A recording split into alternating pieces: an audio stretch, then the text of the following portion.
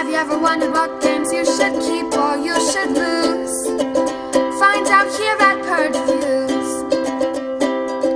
Have you ever wondered what games you should sell or you should use? Find out here at Purge Reviews. Find out on our top 10 list what games you cannot miss. Don't forget to subscribe to Purge Welcome Reviews. down to my new series. I'm going to be counting down the top 100 games of all times according to BGG as of November 1st, 2017.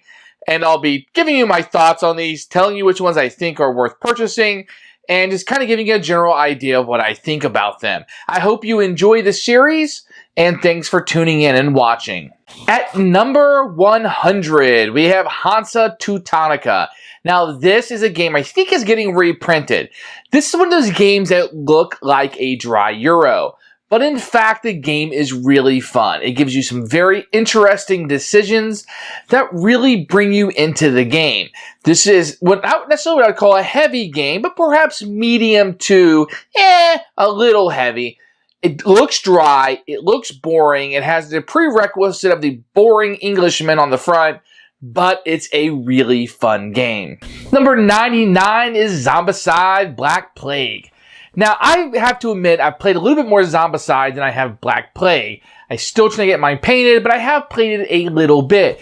It is an upgrade to the system, and it's pretty much universally agreed that if you're going to get one, Black Plague is the version of Zombicide to get. It's a really fun, it puts you in the medieval times. I think people really like this one, and it is dudes on a map, like a dungeon crawler, if you will, but you're killing and destroying zombies. What could be cooler than that? The system is upgraded here from regular Zombicide, so it works a little bit better. That's universally agreed upon. And one I think that if you like the dungeon crawl or dudes on a map type game, this is one to check out. Number 98 is GRANJA. This is a personal favorite game of mine. Not my favorite of all time, but I do love this game.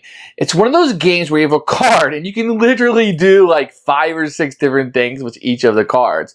It's brilliant in the decision making that it gives you. It is another game about farming and having this like granja that you're taking care of. You got the prerequisite of pigs, and you got grapes, and you got things that you're planting and you're doing. And really, how you utilize the system and how you utilize the cards will dictate how you do at the game. This is a deeper game to me.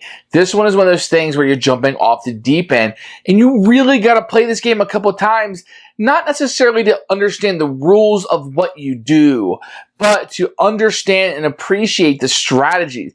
This game gives you options. This game gives you decisions. They matter. You will win it and lose depending on them. And this is a heavier game. So that's GRANJA. Number 97 is my personal favorite train game, and that is Age of Steam. Now, there's other variations of this. You'll see Railroad Tycoon, Railways of the World, and Steam, which is a reworking of Age of Steam. But Age of Steam is the train game to me. This is the one that is brutal to play. You can be eliminated if you don't manage your money. Now, normally that's because you're not doing your math or paying attention more than through the bad gameplay, or like Monopoly, that's the purpose of the game. But Age of Steam is brutal. If you're not paying attention and making good decisions, you will lose. This is the big boy train game for me. Now, I don't jump into the 18XX series very often. I've played 1 or 2 in my life, but this one is a big boy before you jump into that. So be serious and hardcore if you're going to try out Age of Steam. At number 96, we have JAIPUR. And this is a 2-player trading game of buying and selling resources. Now, you would think that wouldn't work for 2 players. And they have some interesting decisions, like you take all of the camels or a good, and you sell goods of all types. And the goods kind of lose value as the game goes on. So, it's a really neat 2-player game. This one has held on really strong in the top 100 since I've been playing board games. It's universally loved. It's a top 2-player game. If you like playing 2-player card games, this is one you will definitely want to check out. At 95, we have the Lord of the Rings card game. This is one of my go-to solo experiences. You can play with more players, but I think you're better off playing one player with this one. It is an LCG, which is a limited card game where you buy the packs that come out every month, unlike a CCG where the cards you get maybe blind purchases or not be equal. With this system, you know exactly what you're getting when you purchase the next deck of cards. There is so much available for this system now that it can be a little overwhelming. I prefer or would recommend to you to go online and find out what kind of experience you want or what kind of cards you're looking for. But definitely just start with this base set. See if you like this system and then get some recommendations on what decks you should be adding to this.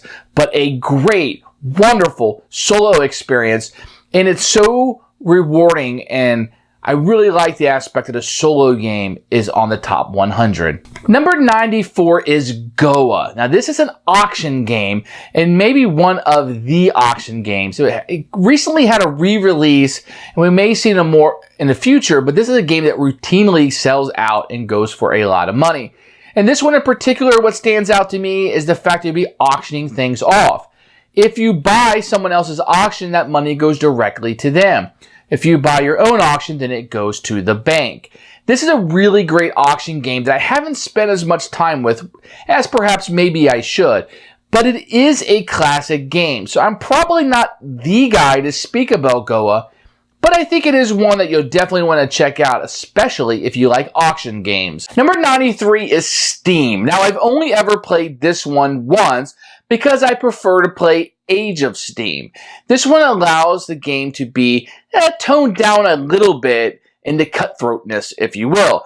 If you like to play Age of Steam, but you're looking for something maybe not as competitive or hardcore, then Steam would be your option. I would recommend you stay here. It's just a little bit more forgiving, although a lot of the maps, from my understanding, can be used on Age of Steam and Steam interchangeably. Number 92 is Kingdom Death Monster Core Game. Now, I've never played this, so I don't really have a whole lot to say about it, other than the fact it's an extremely sought-after game on Kickstarter.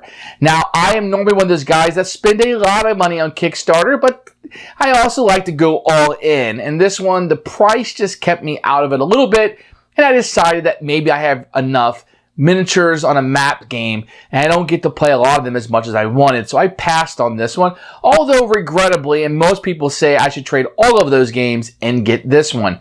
I decided not to go down that route, but it's hard pressed for me to say that it's not worth your money because I haven't actually played it. 91 is Captain Sonar, and this is kind of the party game for cons right now.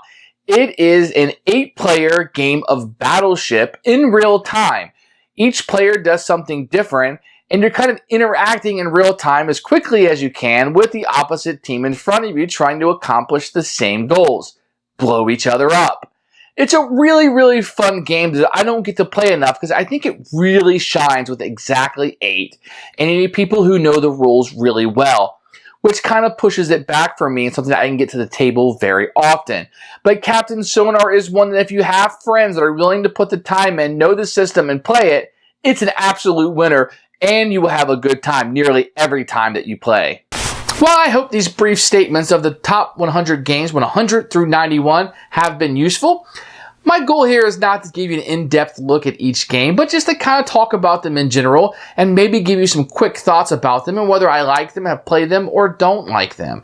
So I hope this has been useful. Come back and watch the next 10 next time here at Purge Reviews.